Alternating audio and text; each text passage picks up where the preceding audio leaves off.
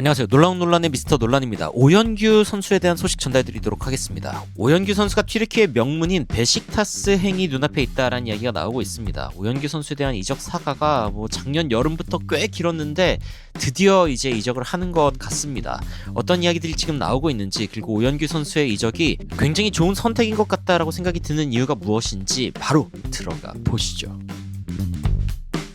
튀르키예 언론에서 이미 이야기가 나오고 있습니다. 베식타스가 새로 영입한 오연규 선수의 비행 일정을 짜고 있다라고 이야기가 나오고 있는 것이죠.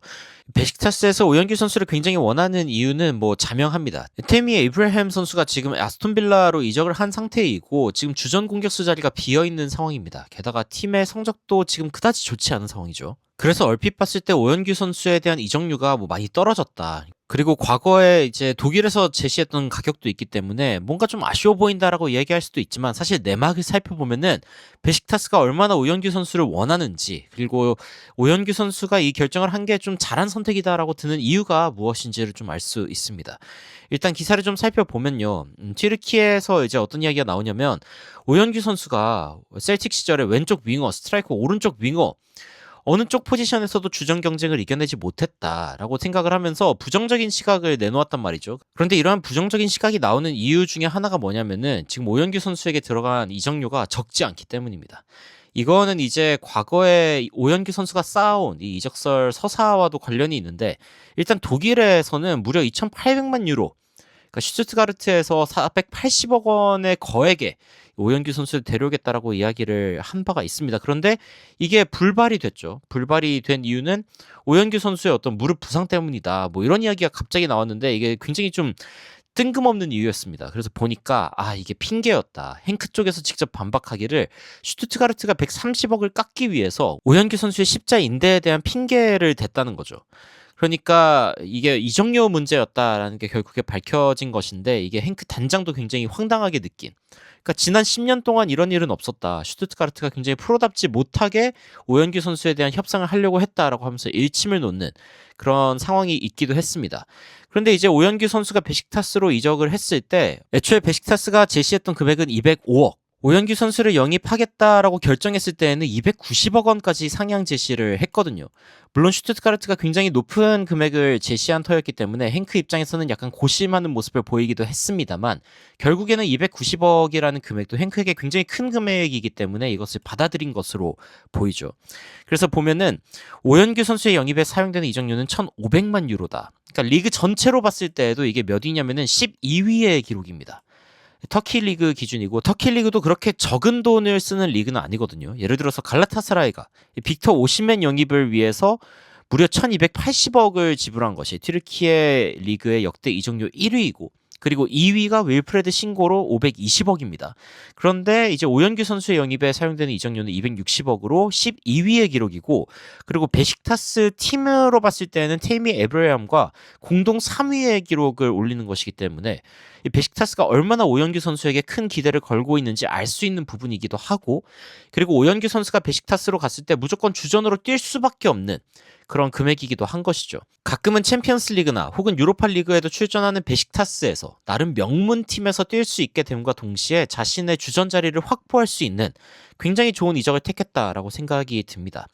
게다가 이제 터키 리그라고 하면은 또 대한민국 축구 팬들은 굉장히 좋은 그런 인상이 있을 수밖에 없는데, 왜냐면은 나폴리로 이적했던 김민재 선수가 페네르바체에서 굉장히 좋은 모습을 보였고, 터키 리그에서 워낙 또 좋은 선수들을 영입한 기억이 있는 팀들은 이렇게 나폴리처럼 지속적으로 이제 터키 리그를 관찰할 수밖에 없는 그런 상황이 되는 것이거든요. 그래서 오연규 선수 역시 빅리그로 올라갈 수 있는, 뭔가 한 단계를 거쳐서 갈 수 있는 굉장히 좋은 그런 초석을 깔았다라고도 이야기할 수 있을 것 같습니다. 여튼 오연규 선수가 지금 나이가 24세, 2001년생으로 굉장히 어린 나이거든요. 그래서 지금 벌써 이제 베식타스로 갈 수 있다라고 하면은 굉장히 좋은 이적이었다라고 개인적으로 평가를 하고 싶고, 그리고 시장 가치도 지속적으로 오르고 있는 상황이기 때문에 앞으로가 더 기대할 만하다라는 생각이 듭니다.